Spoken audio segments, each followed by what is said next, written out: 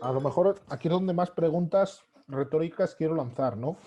Eh, son dos sistemas diferentes.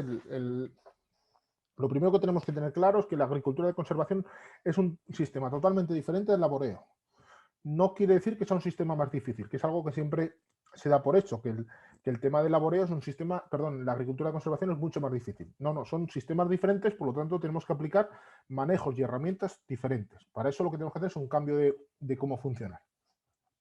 Lo siguiente que tenemos que empezar a hacer en ese cambio es la manera de pensar y luego también conocer qué argumentos llevaban al laboreo, cuáles eran erróneos y cuáles no, y por qué esos argumentos basados en la experiencia tenían una forma de ver que luego ha resultado que no era de todo cierta, ¿no? Y por qué tenemos que hacer ese cambio. La primera pregunta que queremos lanzar, hablo de preguntas porque eh, la buena parte de los que estamos hoy aquí sois agricultores y agricultoras, ¿no? Entonces, lo primero que sois agricultores, pero sois empresarios y en tercera parte tenéis que tener un poco de rama de filosofía en cuanto a cuestionaros siempre las cosas. Siempre continuamente hay que cuestionarse esta labor sí, esta labor no, esto porque sí, esto porque no. Porque si no nos cuestionamos las cosas, no las mejoramos y no las cambiamos. Esta pregunta, y más en estos tiempos de reforma de la PAC, no va ligada a ver quién es genuino, quién es profesional. No voy a abrir ese melón porque no me corresponde y no tengo argumentos para debatir ese tema. Es más para que veamos cómo la sociedad del sector agrario ha visto quién es un agricultor o quién era un agricultor de verdad, quién no. Siempre se ha asociado el agricultor a aquella persona que trabaja y labra la tierra. O también frases como si una persona no labra, no labra bien, no es un buen agricultor. Eso buena parte de vosotros lo habéis escuchado hasta la saciedad.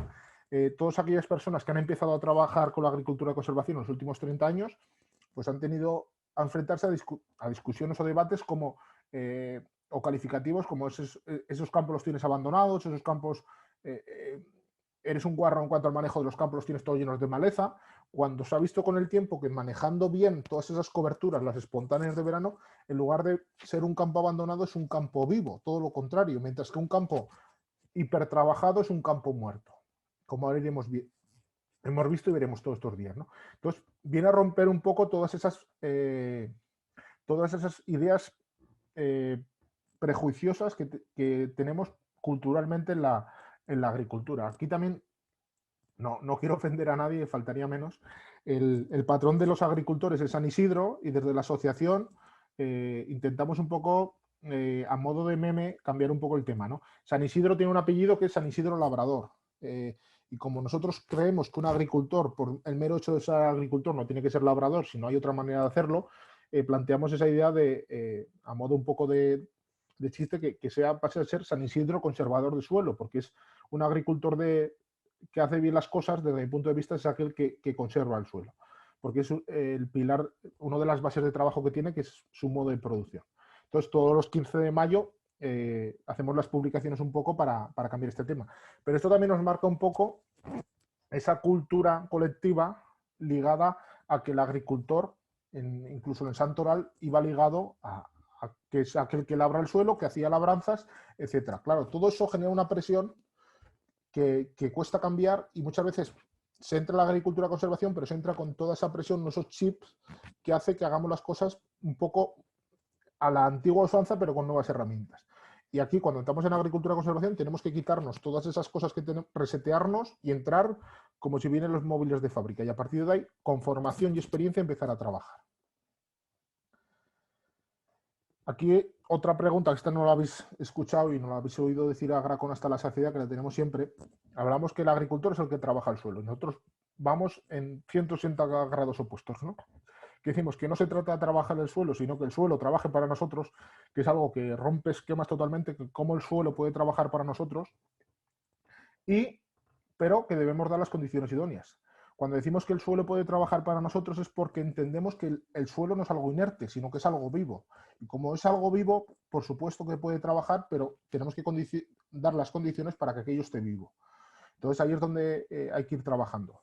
Este lema, en el caso de la salinidad, es que es lo más bestia la comparación más bestia, ¿no? Contra más está labrando el campo de laboreo, en este caso de laboreo, más sal tiene, más concentración de sal, más pobre es ese suelo. En cambio, contra menos lo estamos trabajando, el no laboreo, la siembra directa, ese campo tiene más materia orgánica, más cobertura, más producción, más rentabilidad y menos degradado por salinidad está, ¿no? Entonces ahí está un poco la clave de todo esto. Y la última pregunta que os quiero lanzar, que quiero que intentéis reflexionar como agricultores, es que, ¿cuál es el mayor patrimonio que tiene un agricultor o una agricultora en su casa, ¿no? Aquí viene el eterno debate, que yo lo tengo claro, pero muchas veces podemos hablar de un 70 o un 80%, a ciegas respondería la foto de la izquierda, ¿no? Muchas veces un agricultor, el mayor patrimonio que el tractor. El tractor es el mayor patrimonio que tengo. Aquí intento lanzaros esta idea para romper esa idea por la siguiente razón. Un tractor, puedes ir al concesionario, te gastas 100.000 euros y tienes otro tractor. Pero si el suelo de tus campos, de tus parcelas de tu familia, esas que van pasando de generación en generación, las estamos degradando, llega un punto que esas parcelas no van a producir. Entonces, ¿de qué nos servían los tractores si no tengo un suelo con el que producir? Esto va muy ligado a la agricultura de precisión. Muchas veces estamos viendo gente con tractores que parece la NASA, pero que me está manejando muy mal el suelo. Llevaremos un tractor autónomo, pero labraremos desiertos. Y podemos llegar a ese punto que aquí no lo tenemos muy complicado. En todo el Valle del Ebro hay zonas que no se pueden considerar desiertos, pero casi. Y cada vez que las estamos labrando, vamos camino al desierto, porque se están erosionando y al final solo nos queda la parte de la arena. Entonces, tenemos que conservar lo más valioso que tenemos, que son el suelo, y a partir de ahí a trabajar. El tractor es una mera herramienta igual que una llave inglesa que vas a una ferretería y la compras.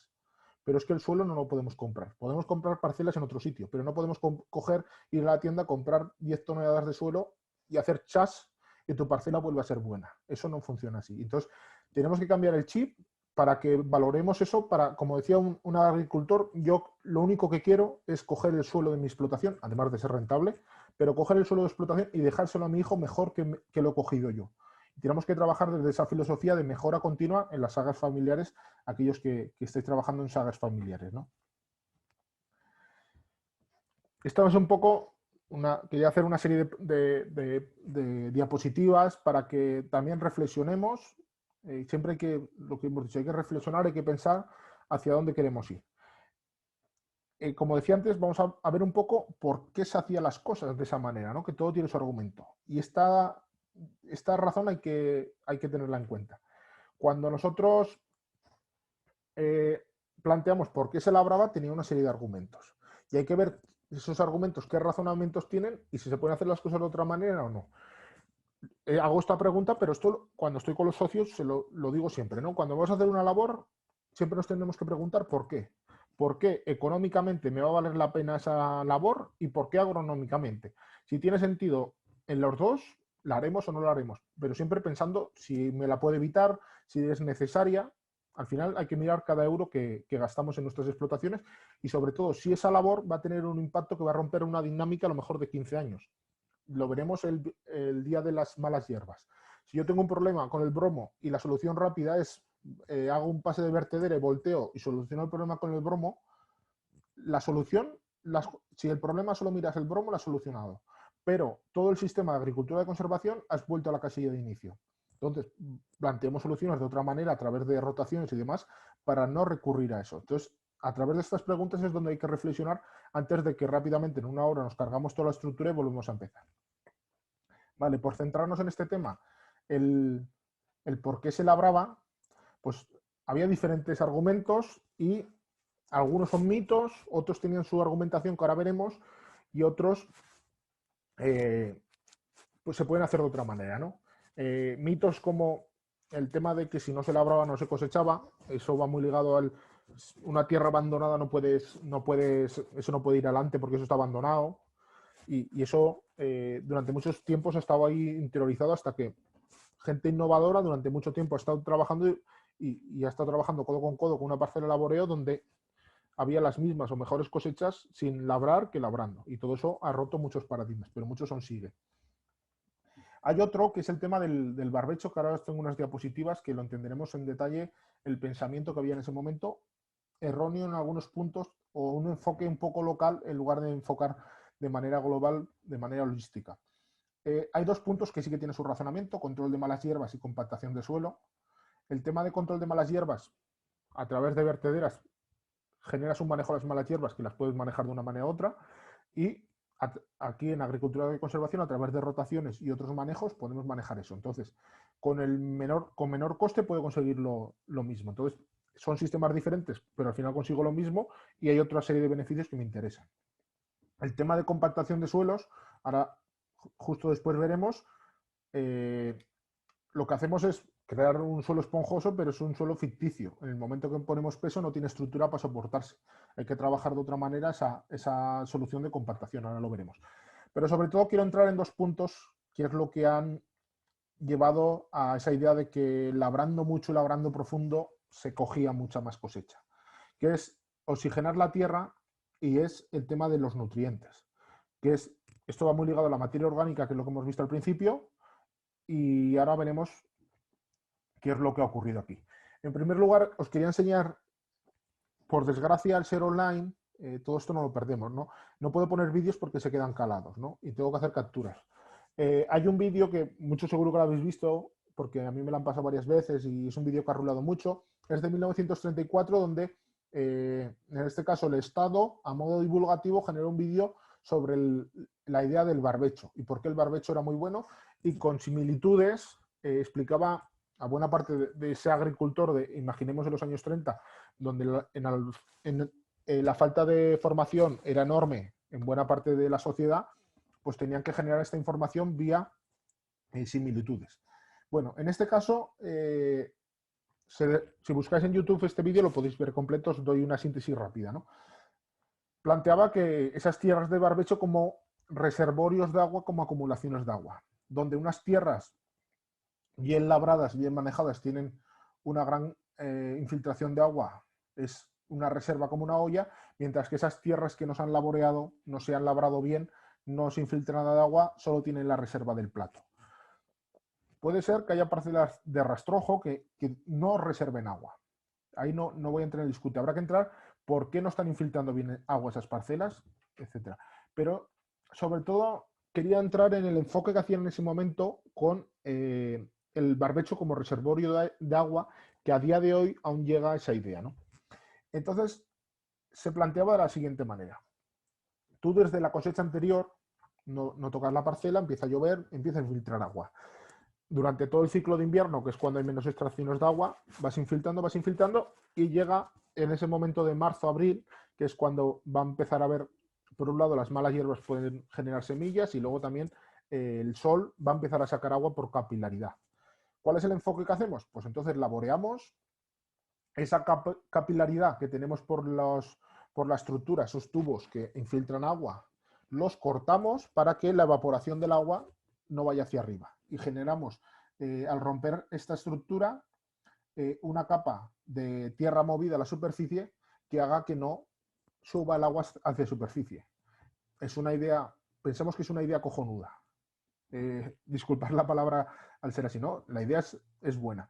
¿Cuál es el fallo de enfoque desde mi punto de vista? Que es querer tener un tesoro muy pequeño y que no me lo toque nadie. Y yo desde el mes de abril hasta el mes de septiembre tengo que proteger ese tesoro, ese diamante que es el agua que he conservado en invierno. ¿Cuál es el enfoque o el error que veía yo, o que veo que ahora terminaremos la explicación, con este planteamiento? Lo primero que ocurre es que cuando sigue lloviendo a lo largo del verano, lo primero que ellos plantean, que sí que se infiltra el agua, ahora veremos que no se infiltra, es que toda la mala hierba que puede salir va a generar los canales por donde sigue saliendo el agua. Por lo tanto, durante todo el verano, en el momento que hay una hierba, por eso la famosa frase de el momento que hay una hierba hay que quitarla, porque si no, eso está quitando agua. Porque tenemos esa idea de reservorio de agua abajo y que no se toque. Entonces, el sistema que tenemos actualmente en la agricultura de conservación cambia totalmente. Por supuesto que vamos a tener una capilaridad que cuando tenemos altas temperaturas se evapore mucho más que ese suelo encostrado, ese suelo con esta parte superior totalmente movida, donde no hay capilaridad, no hay estructura. Pero aquí se dejaron un punto muy, muy claro en analizar. ¿Qué ocurre con el agua que llueve desde el mes de abril hasta el mes de septiembre? Porque igual que no se evapora porque no hay capilaridad, no se infiltra porque el suelo está encostrado. Os pongo un ejemplo. Esta es una extracción de las lluvias de mayo del 18 a octubre del 18 en Monegrillo. Fue un año excesivamente lluvioso. En ese periodo llovieron 250 litros, que casi es lo que llueve de normal. Si nosotros tenemos un suelo con el manejo que hacía en ese enfoque que se le hacía en aquellos años, lo que conseguimos es que los 100, 200 o 250 litros que me ha llovido en invierno los protejo como pueda. Buena parte los perderé, porque tengo que estar ahí constantemente que no entre una hierba y me empiece a generar capilaridad y me lo empiece a quitar. Pero lo que ocurre es que lo que me llueve en verano, eso lo pierdo. Y entonces ahí tenemos un problema grave. ¿Cómo tenemos que hacer el enfoque? El enfoque de manera global, entradas y salidas. Y el enfoque es todo litro que cae en mi parcela lo tengo que meter en el suelo. Y lo tengo que infiltrar. ¿Que ese suelo que tiene una buena estructura por capilaridad puede volver a evaporarse? Vale, pero el balance sale a mi favor. Lo siguiente que tengo que hacer es cubrir ese suelo, porque como lo tengo cubierto de paja, tengo menor temperatura, por lo tanto menor evaporación. Y ahí entra uno de los pilares, que es la cobertura del suelo. Y el tercer punto que se valora, que es el tema de las flora arbense de verano, que se tenía y esta es una de las razones de ese mantra de me quita comida, me quita agua. Cuando la pongo de manera global el balance, también me sale positivamente. Y el ejemplo es cuando hemos medido las sales en el ensayo de salinidad de Monegrillo. Si esas cubiertas estaría quitando muchísima agua, las sales seguirían subiendo. Que yo pensaba que nos iba a seguir subiendo, pero todo lo contrario. Baja otra vez un poco durante el verano, principalmente porque está el suelo cubierto y por lo tanto hay menos temperatura. Se produce evotranspiración a través de la planta, pero no se produce evaporación directa desde el suelo, que es lo que ocurre en un suelo desnudo, y eso es lo que hay que tener en cuenta. Por lo tanto, con esto sobre todo lo que quería trasladar es, rompiendo esos mitos, no quiero decir que no tuvieran sus razones, sino que hacían enfoques más concretos. Es decir, yo tengo toda esa agua que me se ha infiltrado en invierno, la voy a conservar en un búnker. Pero lo que no valoraban es que yo, al hacer esos manejos, todo el agua que venía después no se infiltra. Y eso influye. Ahora puede venir el argumento de decir, no, una parcela de laboreo por su...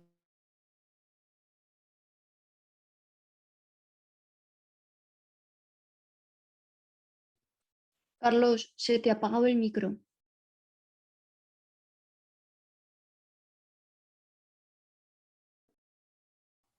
Vale. ¿Desde dónde se ha apagado? Desde que has pasado hasta... Vale. Perfecto. En lo que comentaba, veamos que todos esos argumentos, ¿no? Y puede decir, alguien que sea escéptico de todo lo que he comentado, decir, pues no me creo que una parcela de laboreo no infiltre más agua que una parcela de agricultura de conservación. Es algo que ya está muy asentado, pero yo siempre intento poner argumentos encima de la mesa. Aquí iréis viendo que muchas de las fotos son de socios y muchas también a través de redes sociales, gente que es muy divulgadora. En este caso es Ernest Mas, es un horticultor de Tarragona, que su cuenta de Twitter es esta, que animo a todo el mundo a seguirlo. Que sobre todo veremos cosas que está haciendo en el día de cubiertas vegetales, porque hacen cubiertas de cultivos de servicios sobre las que siembran hortícolas.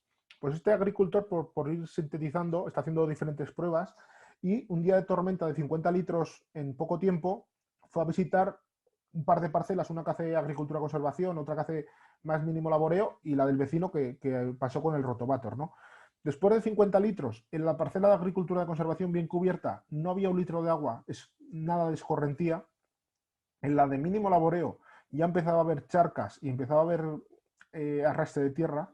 Y en la de laboreo tradicional, en esos suelos sellados, en esa estructura totalmente dispersa, como decían en ese vídeo hace casi 100 años, lo que conseguimos es una nula infiltración. Ese planteamiento que sirve para que no haya extracciones de agua, a nosotros nos mata porque no conseguimos infiltrar agua. Entonces, hacia el tiempo que vamos, donde es muy probable que a lo mejor durante toda la primavera no te llueva nada, pero luego en verano a lo mejor de repente te vengan 80 litros un día y 80 litros otro día, normalmente lo que se está viendo es que en torno al 30 al 40% de todas las pluviometrías anuales de cada zona vengan en fenómenos tormentosos, hace que si yo no manejo bien el suelo, pierdo el 40% del agua que necesito a lo largo de mi ciclo de cultivo. Entonces eso es importante tenerlo en cuenta para manejar mis suelos de cara a cosechar agua. Ese concepto que hemos hablado antes, hay que cosechar agua. De eso se trata. Manejando bien el suelo, cada litro que cae en mi parcela la tengo que infiltrar, como vemos en esta parcela de la izquierda. Y ahí está la clave de todo esto, de adaptación al cambio climático. Volviendo a la historia de la agricultura, y sobre todo para que entendamos esa parte de la materia orgánica, pasamos de ser nómadas a empezar a sentarnos y a empezar a cultivar con primeras herramientas, y luego a través de la tracción animal pues vamos empezando a hacer implementación del arado, ¿no? Vamos modificando el arado, pero principalmente la agricultura de 2000 años a esta parte es basada en el arado, un arado que se va transformando hasta llegar a esta imagen, ¿no? Un arado traccionado por un tractor, donde se mueve más o menos tierra, pero se trata de eso, de mover tierra. ¿Qué hemos de entender? Nosotros partimos de unas parcelas de zonas boscosas, praderas, es decir, de millones y millones de años donde no había más que animales salvajes y demás, y las empezamos a colonizar y empezamos a trabajarlas. Ese suelo, si lo hubiéramos analizado, igual que el suelo de un bosque, estaremos hablando de un 4, un 5, un 6% de materia orgánica. ¿Qué empieza a ver el agricultor? En aquel caso los podemos llamar agricultores, porque ya estaban cultivando. Desde sus experiencias, es que aquellos que movían la tierra cogían mejor cosecha. No sabían el por qué, pero cogían mejor cosecha. Entonces ellos vieron que hay que mover la tierra para cultivar sus cultivos, para alimentarse. Ahora, los primeros 1900 años, pues no les vamos a hacer mucho caso, pero vamos a llegar en la revolución de la tracción mecánica y la revolución de los tractores en los campos, ¿no? De repente, en lugar de mover un poquito de tierra, empezamos a mover grandes cantidades de tierra con las vertederas. Y lo que empiezan a ver es que cuanta más tierra muevo, más cosecha cojo. Y se empieza a crear esa cultura de contra más labro, más cosecha cojo, porque en aquellos momentos no había el aporte de nutrientes externos. Estaba el aporte de enmiendas orgánicas, pero no los nutrientes minerales que tenemos a día de hoy. Entonces ese agricultor lo que veía es que, hostia, si labro, aquí qué pasa, pero yo cojo más. Entonces en la agricultura hay que labrar, labrar y labrar. ¿Qué estaba ocurriendo? Yo tengo un carbono acumulado en el suelo, de lo que hemos hablado, un 4% de materia orgánica, que es un nivel muy alto, y de repente creo una gran oxigenación al voltearlo. Lo pongo en contacto con mucho oxígeno. Se oxida y se produce una mineralización brusca de esa materia orgánica. Por un lado tenemos el CO2 de esa oxidación que se libera, perdemos carbono, pero nos trae como contraprestación que esa materia orgánica se mineraliza en nutrientes. Por lo tanto, después de una buena labor de labrada, tengo una muy buena cosecha porque tengo una mineralización brusca de nutrientes. Ese era el razonamiento. ¿Qué ocurre? Que aquí había un fallo de concepto que era no entender cómo afectaba el nivel de materia orgánica a mi sistema agrícola.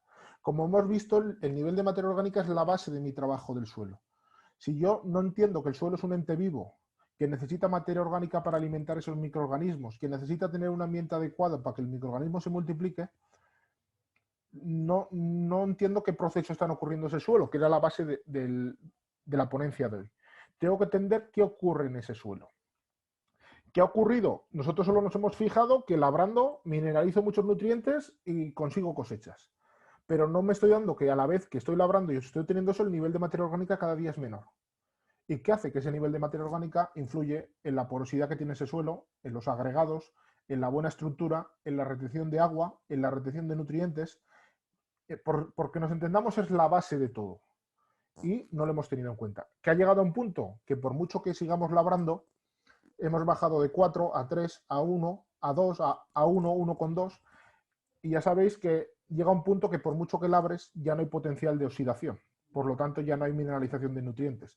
Y ahora, tienes que seguir, el que sigue laboreo sigue labrando, pero tiene que seguir aportando nutrientes externos porque si no, el sistema ya no tiene nada que aportar. Pero mientras tanto te has perdido todos los beneficios de trabajo.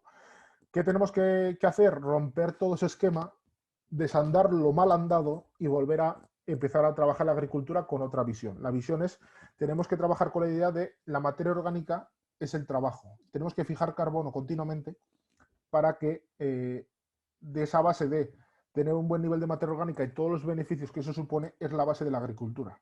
Si no partimos de eso, podemos seguir con el concepto, la visión antigua, pero eso es un círculo vicioso que ha llevado el esquilmamiento y la degradación de los suelos a los niveles actuales. Degradación por pérdida de materia orgánica y degradación por erosión, por las dos razones.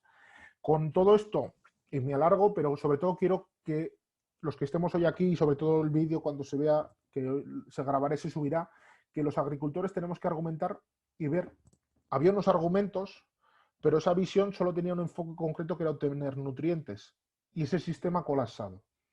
Y si seguimos por ese sistema, la rentabilidad agraria no va a mejorar. Mover toneladas y toneladas de tierra desde el centímetro 0 al centímetro 0 más 5 no tiene ningún sentido para producir. No tiene ningún sentido mover toneladas y toneladas de tierra con un desgaste de tractor enorme, con una cantidad de gasóleo enorme. Hay otras maneras de cultivar y hay que hacerlo adecuadamente, ¿no? Pero hay otras maneras de cultivar. Vale, en este punto, pues por terminar la explicación del tema del laboreo, lo que tenemos eso es aportes de materia orgánica, mayor o menor el laboreo según cada sistema, que se humidifican, pero luego lo que ocurre es que este humus, cuando lo laboreamos, se oxida rápidamente y en lugar de mineralizarse a través de la descomposición, se mineraliza a través de la oxidación. Entonces cuando tenemos los nutrientes. Pero en lugar de tener esos nutrientes paulatinamente y un sistema de carbono estable, es un sistema que esa intensificación del laboreo ha desestabilizado totalmente.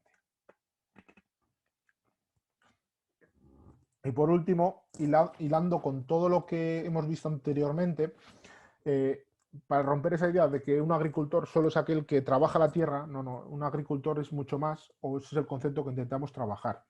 Un agricultor, en primer lugar, es una persona que cosecha alimentos para la sociedad y, por lo tanto, obtiene rentabilidad por ello.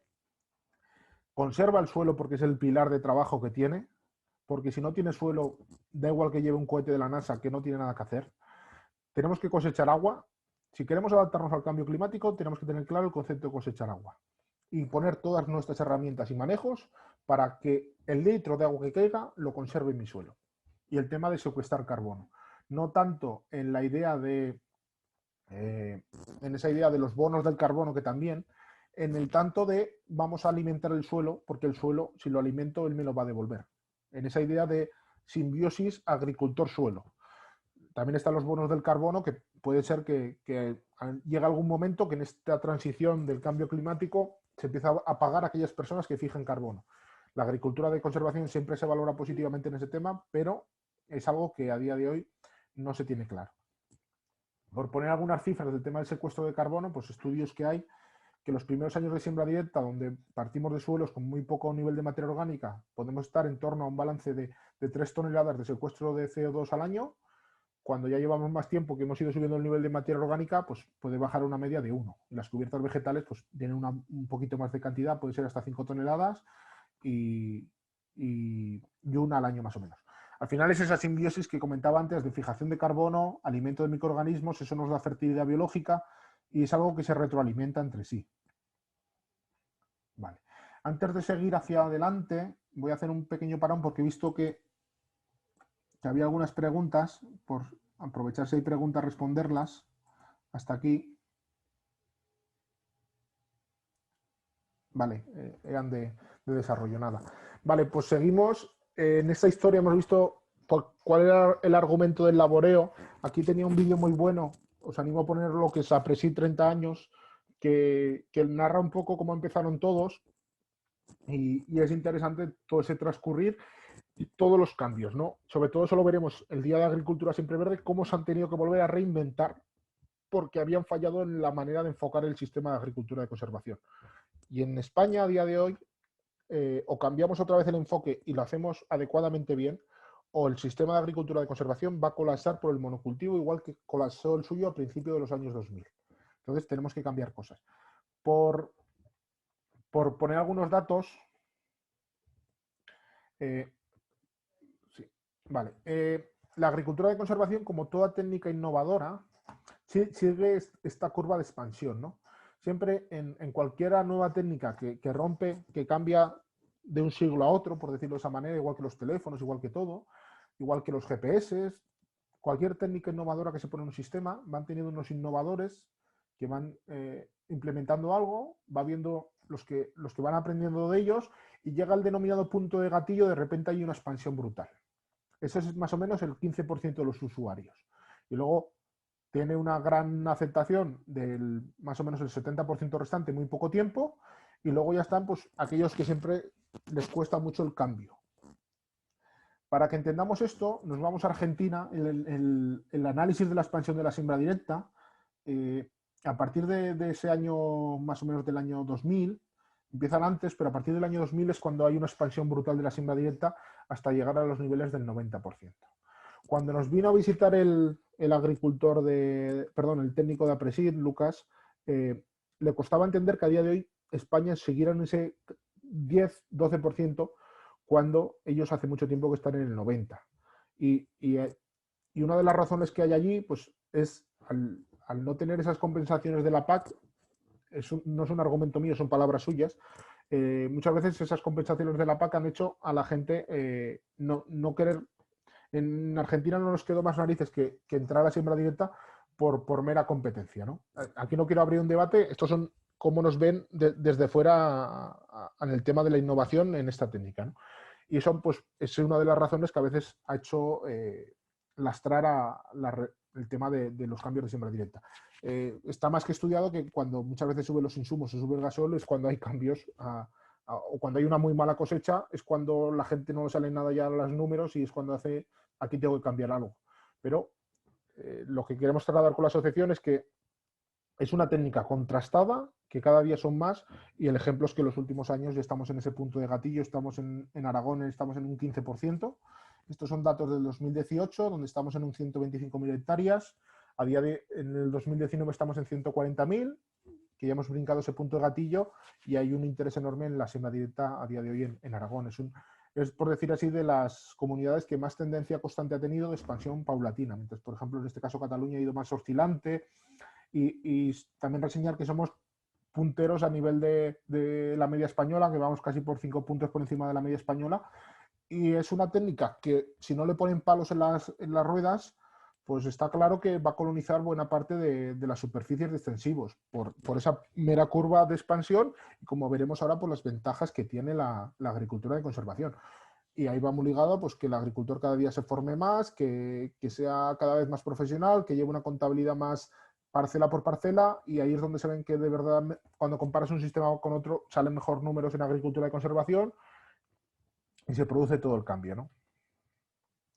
Luego a nivel de peso de España, pues en este caso Aragón no tenemos tanta superficie como es el caso de Castilla y León, y estamos casi en un 20% de superficie, que ya es reseñable también, esas cantidades.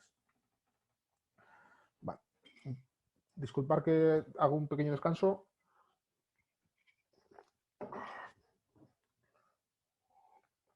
Vale.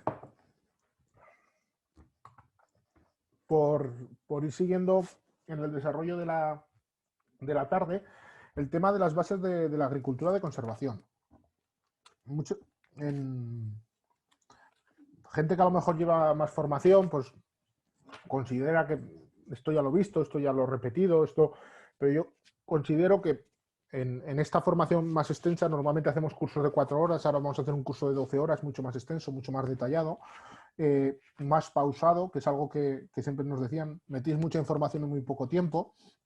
Pues en esa idea, sobre todo hay que afianzar los conceptos, que la gente tenga muy claro por qué esto es así.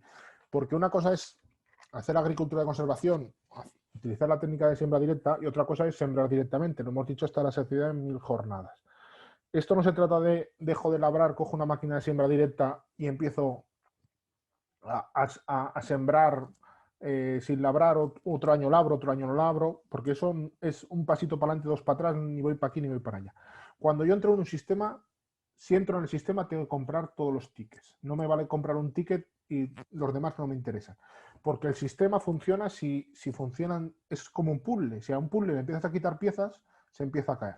Entonces hay que entender cómo funciona el sistema completo porque es importante cada pieza y tenerlas en cuenta. Puntualmente puede ser que esas piezas, por diferentes razones, no la pueda tener, pero el sistema, para ser sustentable a largo plazo, lo tengo que comprar entero. Y si no, el sistema me va a colapsar y todos esos beneficios agronómicos, económicos, medioambientales, no los voy a conseguir al potencial que tiene. Esos 4 pilares, porque yo ya no hablo de 3, en Agracom por lo menos tenemos claro que, o por lo menos el departamento técnico y buena parte de esos asociados de largo recorrido, que la agricultura de conservación no se quedan 3 pilares. Y los argentinos son los primeros que se dieron cuenta y les colapsó el sistema. Y sobre todo con el ciclo del carbono, porque no tenían en cuenta esa fijación continua de carbono, todo el ciclo del carbono que buscamos, ¿no? Entonces, los 3 pilares conocidos hasta la saciedad, que es el no laboreo, la cobertura y el que siempre nos dejamos y nos olvidamos en casa, que es la rotación de cultivos. Luego vienen los problemas de malas hierbas y enfermedades constantes, pero es que el tema es que si nos hemos dejado una pieza en casa, el motor no anda. Y ahí es donde el jueves entraremos en detalle y lo que quiero ese día, sobre todo ese día, es que la gente pregunte mucho los planteamientos de cómo hacer las cosas para que no entremos en ese círculo vicioso de aplicación en este caso, de herbicidas y fungicidas, de dispararse los insumos, también el impacto ambiental que puede tener, etcétera.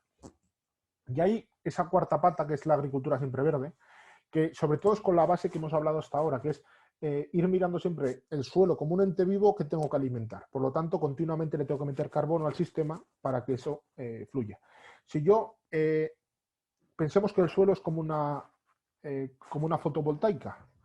Si yo tengo una planta fotovoltaica y el 50% del año la tengo tapada, no me está produciendo. Pues esto es lo mismo. El suelo es un fijador de energía a través de los microorganismos. Si tengo cultivo siempre en ese suelo, va a estar fijando continuamente radiación solar que se transforma en azúcares y alimenta esos microorganismos, que es carbono. Cuando eso se muera, entra el ciclo del carbono. Si yo no tengo plantas, todo ese sol que me está llegando, todos esos rayos, los voy a perder. Entonces esto lo tenemos que ver de esa misma manera. Fijación continua de carbono al suelo. Y eso es la base del concepto de agricultura siempre verde y eso lo detallaremos más en detalle adelante. Lo siguiente que tenemos que tener claro es qué herramientas dispongo para conseguir todo esto que hemos ido hablando, de tener el suelo cubierto, etc.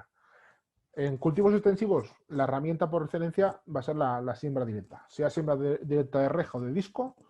Luego, más adelante entraremos en el tema de máquinas.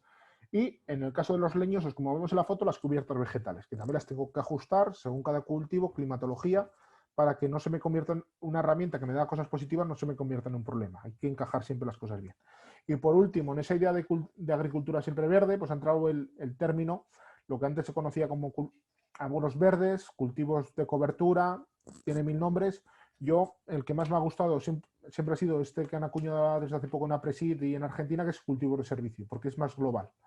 Porque ese cultivo que siembro para dárselo al suelo no solo me genera el servicio de la cobertura, me va a generar multitud de servicios según cómo lo diseñe. Entonces, esas 3 herramientas son las 3 herramientas que, dependiendo del sistema, dependiendo si hago extensivos o hago leñosos, forman la agricultura de conservación. Según la FAO y otras entidades de agricultura de conservación y demás, muchas veces tienen en cuenta el mínimo laboreo. Yo, desde mi punto de vista, y la asociación es una postura que tenemos desde hace bastante tiempo, es que el mínimo laboreo no lo podemos computar como agricultura de conservación. Aunque la distorsión, aunque pensemos que sea mínimo, muchas veces no tiene un razonamiento hacer ese mínimo laboreo cuando puedo hacer las cosas de otra manera sin distorsionar todo eso. Entonces, intentar siempre buscar los máximos beneficios de todo eso de la agricultura de conservación, ¿no? Desde ese punto, pues el tema del mínimo laboreo, que en los años 80 yo creo que se metió en esas definiciones, porque claro, pasamos de una transición de laboreo de vertedera a no labrar nada, era como un abismo. Entonces, en esas definiciones creo que se hicieron más amplias de cara a englobar y a ir haciendo cambio. Pero a día de hoy, que está más que demostrado que con la siembra directa, en el caso extensivos, sin realizar ninguna labor, podemos estar 25 años manejando adecuadamente y donde el suelo cada día es más rico, ¿no? Entonces, que se puede hacer y ese paso intermedio, pues a día de hoy cuando abarcas mucho, apretas poco. Entonces hay que centrarse en desarrollar una técnica muy concreta, en este caso con cero laboreo o laboreo puntual, como ahora veremos. Vale. Por terminar el tema de la agricultura de conservación, en comparación con otros sistemas de trabajo, pues todas estas ventajas muchas de ellas las hemos visto y muchas las veremos. Sois conocedores que las nascencias son mucho mejor en el sistema de agricultura de conservación, muy ligado al encostramiento, muy ligado a dejar la semilla en el punto exacto con la tecnología que tienen las máquinas de siembra directa. El tema de la salinidad lo hemos visto en esta tarde. El tema de la producción, ahora lo veremos, que no tiene por qué ser menor producción, incluso las producciones se mejoran. Y a largo plazo, sobre todo a medio y largo plazo, las producciones se mejoran, y los que tenéis largo recorrido en esto lo habéis visto en vuestras explotaciones y en el resto, porque al final estamos consiguiendo corregir poco a poco ciertos factores, mejorar el suelo, mejorar en costa, todo eso va sumando y vas mejorando las producciones. Mejoras si las cosas se realizan adecuadamente, la fertilidad biológica del suelo, todo esto que venimos hablando toda esta tarde, microorganismos, y otros temas como es el sumidero de carbono, erosión, infiltración, eso lo hemos ido hablando. Y en la parte económica, que ahora detallaremos más en concreto con un estudio de la Asociación Nacional, hay una reducción del 53% de las horas de trabajo, que no es nada desdeñable esa cantidad de horas. Una reducción del coste en torno del 20-30%, que al final se traduce en una mejora de la rentabilidad. Vale. Antes de entrar en las desventajas, os quería enseñar la parte del estudio. Esto es un estudio que en la página web de Agraco lo podéis encontrar, y en la página web de la Asociación Española, que es quien lo hizo también. En este caso hice la comparativa de 3 sistemas: un sistema convencional de laboreo, un sistema sostenible, le llamamos sistema sostenible 1, que no le vamos a hacer mucho caso, que era un laboreo con una utilización racional de insumos, tanto fertilizantes como fitosanitarios, y luego este sistema de siembra directa con bases de gestión integrada de plagas. Y comparando, ¿no? Nos vamos a centrar en este sistema de siembra directa, el 2, y en el sistema convencional. Cuando nosotros nos vamos a producciones, en este caso la rotación que hacen es trigo duro, garbanzo y girasol. Ahora veremos las cuentas. Las cuentas siempre las tenemos que hacer a rotación completa. Si yo tengo una rotación de 3 hojas, tengo que comparar esas 3 hojas frente a otras 3 hojas de otro manejo. En este caso, un monocultivo de cebada, por ejemplo. Y repartir luego para 3 años y ver. ¿Por qué? Porque en este caso, pongamos un ejemplo. Tenemos aquí las producciones. Lo primero que vemos es que la producción en siembra directa son 500 kilos superior en trigo duro que la de convencional. Entonces, lo primero que podemos poner es romper el mito de que haciendo agricultura de conservación se pierden kilos. En el caso del garbanzo también es una mayor producción. En el caso del girasol, aquí es donde la agricultura de conservación ha perdido un poco. El día de cultivos veremos un poco el caso excepcional que es el tema del girasol y por qué en determinados momentos en siembra directa nos penaliza un poco productivamente. Pero lo primero que tenemos que tener claro es que no nos podemos quedar en este cuadro. El análisis económico de nuestra explotación no es la producción. Esto es un mero factor. Si yo me quedo con eso, estoy comparando peras con manzanas, porque aquí hay muchos más factores. Entran costes, entran horas de trabajo, etc. El siguiente punto que analizan en este informe es el consumo de combustible. Cogen la referencia del 100% siempre en el sistema convencional y cada uno según funciona, ¿no?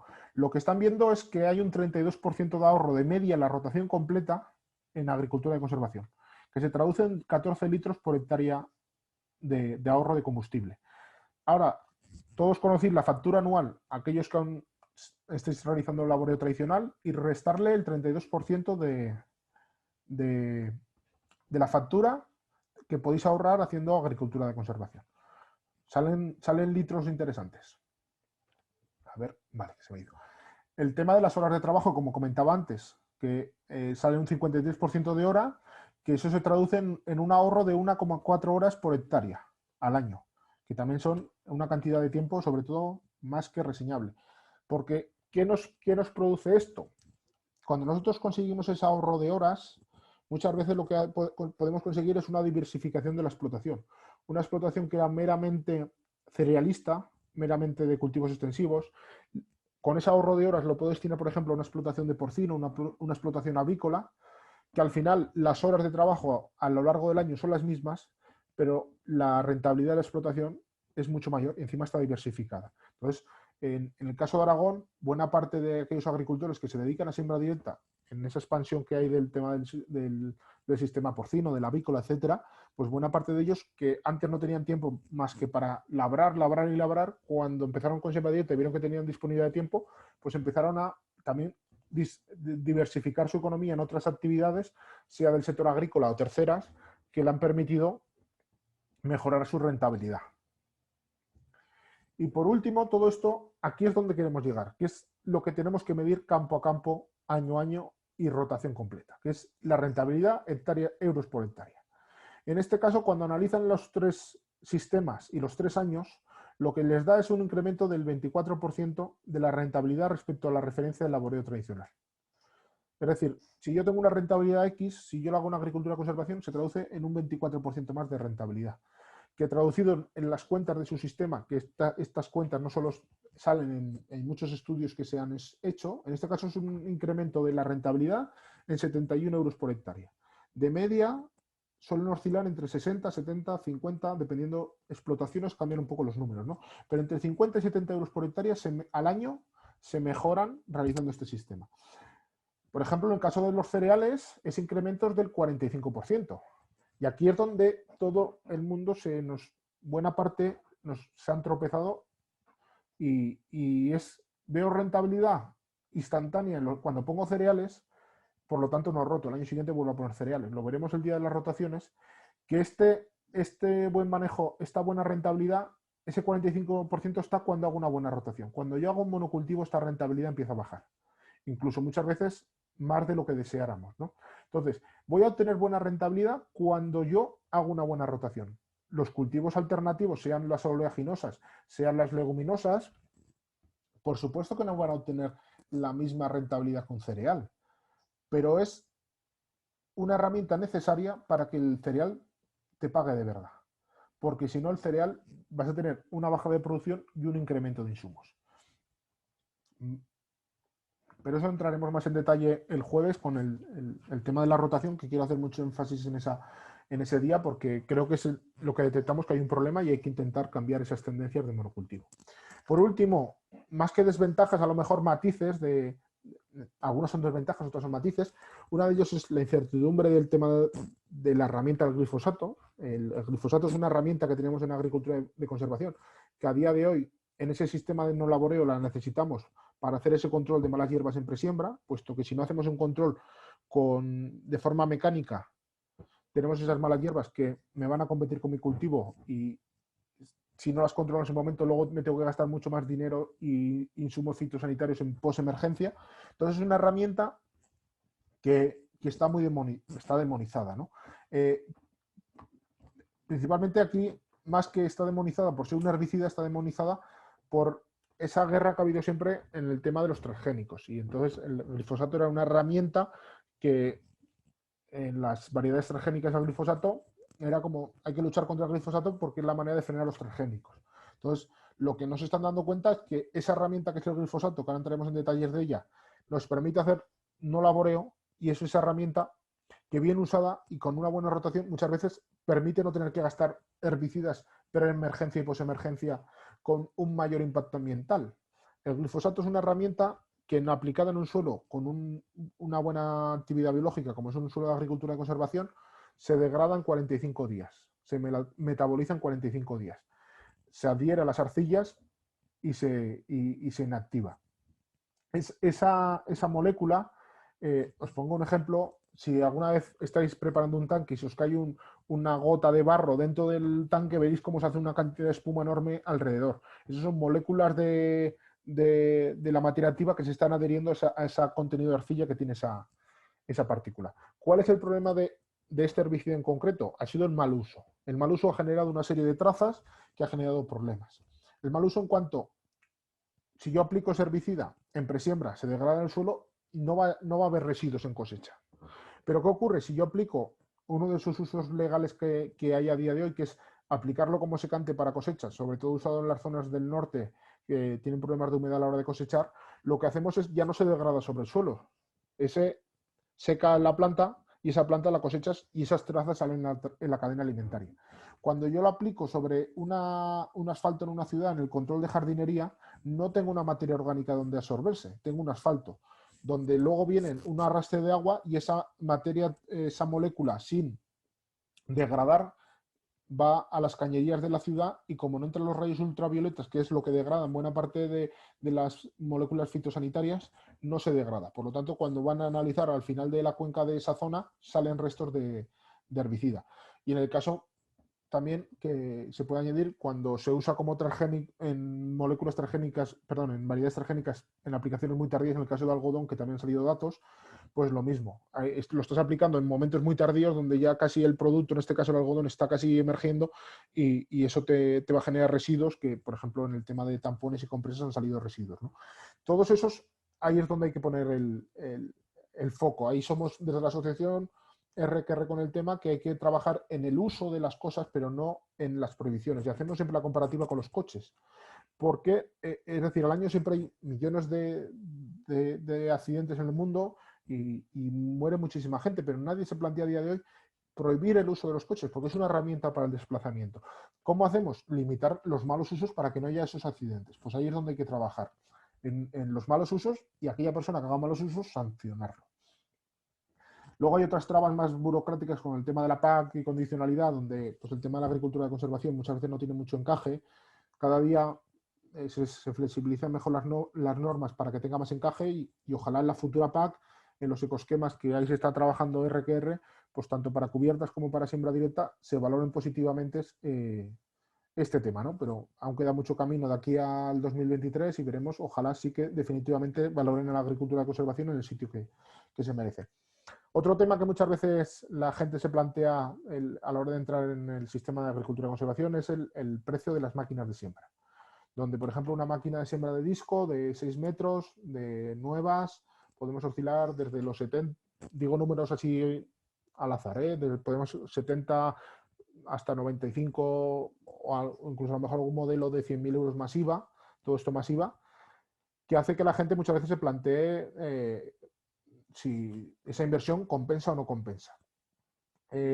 Luego, las de reja tienen otros precios un poco menores, hay que valorar, ya luego analizaremos otro día el tema de pros y contras de unas sembradoras y otras. Yo siempre digo lo siguiente a cada agricultor que está asociado y nos consulta todo este tema, ¿no?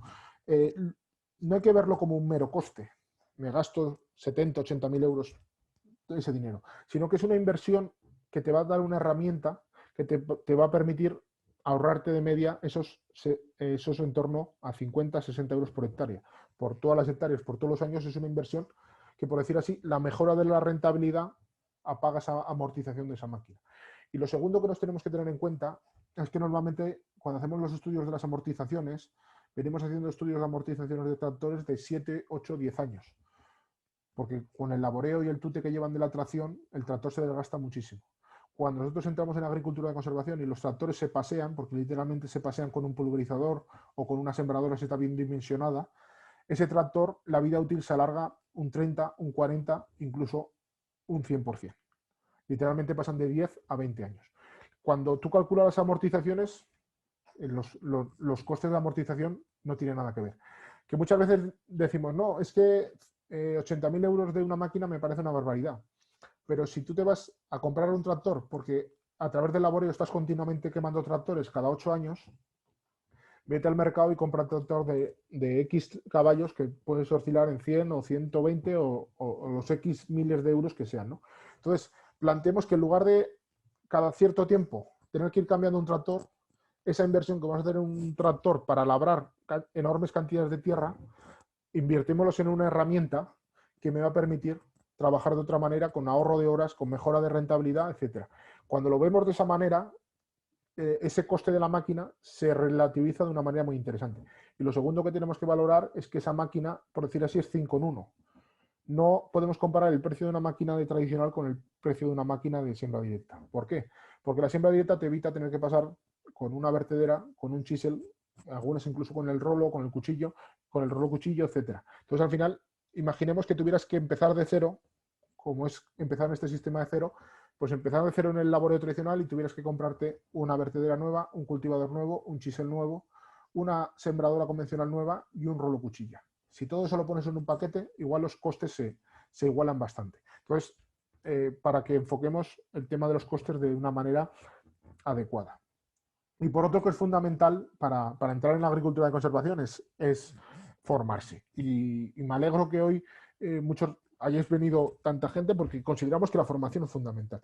Un agricultor que no está formado en la técnica se va a pegar tropezones porque al final es, cuando no estás formado en algo es a prueba y error. Y a prueba y error no es una hostia, son miles y miles de euros. Entonces, ahí está la clave de la formación, sea con un agricultor que conoce, sea con una asociación como Agracón, sea con quien sea. Aquí no se trata de captar gente. La asociación es entidad sin ánimo de lucro. Cuanta más gente seamos, más actividades seamos y más empujaremos la agricultura de conservación y cada agricultor individual en su explotación, pero al final lo importante es que te formes y tengas experiencias de quien sea, pero que te formes. Y luego es lo que hemos dicho antes, cambio de paradigma, totalmente los manejos totalmente diferentes, no va a funcionar los manejos que estoy haciendo en tradicional en siembra directa. Es que hay algunos que cambian un poco y otros que cambian 180 grados, como hemos visto, en el enfoque de cómo hacer las cosas. Vale. Vale. Antes de entrar al siguiente punto, por no seguir pegar tanta monserga tanto rato, no sé si alguien tiene preguntas de todo lo que hemos hablado en este tiempo, del tema de la materia orgánica, del barbecho que comentamos al principio, etcétera. No sé cómo, si ese vídeo del barbecho lo habíais visto, por comentar cosas.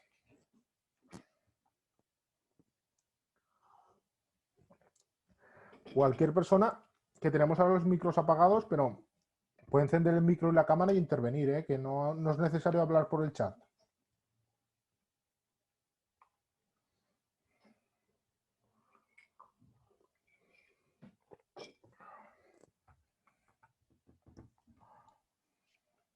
Carlos, buenas tardes. Hola Carlos, ¿qué tal? Muy bien, aquí muy atento escuchándote todo lo que nos cuentas. Oye, una pregunta porque lo he comentado además casualmente, pues bueno, estos días hablando un poco de esto de la siembra directa con uno y me comentaba, y no sé si tienes algún número, tenéis algún número en concreto de si hay un real incremento de lo que podría ser en cuanto a fitosanitarios o simplemente, yo lo que digo siempre que entiendo que con simplemente una buena rotación no tiene por qué haber un incremento de fitosanitarios, de costes. No hay números, a día de hoy en estudios de aquí no hay números finos. Nosotros es un tema que queremos trabajar y hemos presentado a día de hoy un grupo de cooperación para desarrollar los próximos 3 años en comparativas de rotaciones frente a monocultivos para poner argumentos sobre la mesa, productivos y de costes sobre el monocultivo, ¿no? Para que nos entendamos, nosotros cuando lo hablaremos detalladamente cuando entremos en rotaciones, el tema de la agricultura de conservación, si nosotros entramos en la dinámica del monocultivo, los costes se van a disparar hasta números brutales, porque vamos a tener que ir todos los años a hacer un tratamiento selectivo de hoja estrecha, al año siguiente vamos a tener el mismo problema porque hoja estrecha sobre cultivo de hoja estrecha, el selectivo tiene eficacia pero no controla al 100%, y las malas hierbas se van a multiplicar a niveles cada vez mayores, el tema de hongos cada vez mayor. Entonces, ahí ocurre que lo pondremos en el próximo día en unas gráficas, ocurre dos tendencias. Por un lado, pierdes muchísima rentabilidad por dos razones. Porque por un lado los costes se disparan y por otro lado las producciones también. Entonces, en esos dos factores en la ecuación, la rentabilidad no pierde por un lado, pierde por dos. El tema de los argumentos de que se usen más fitosanitarios en siembra directa es un argumento que discrepo. Porque a día de hoy, en convencional, y los que estáis viniendo de convencional sabéis la cantidad de fitosanitarios que se usan ahí.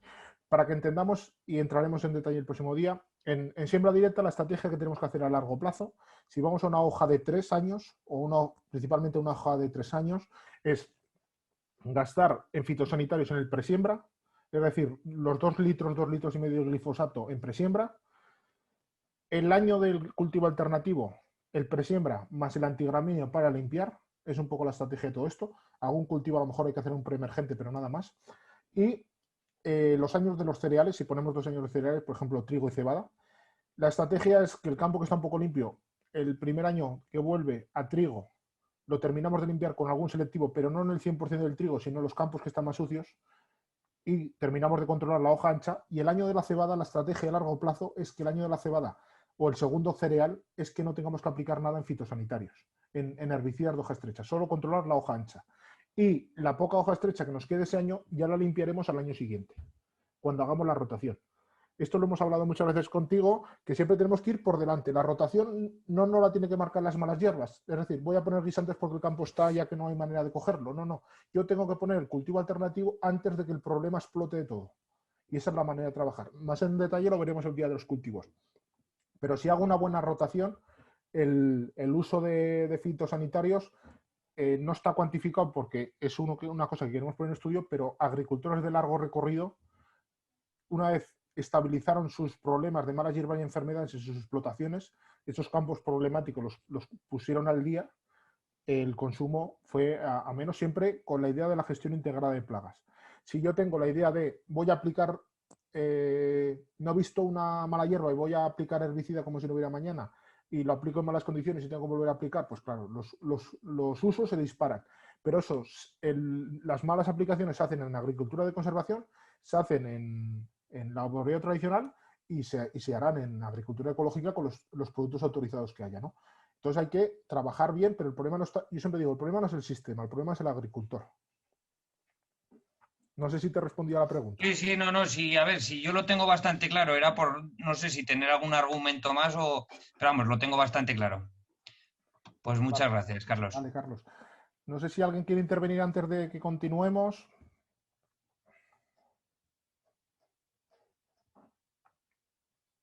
No tengáis vergüenza ninguna, ¿eh? Que yo siempre lo digo, que mejor que nadie se quede con dudas, que estamos aquí para resolver dudas.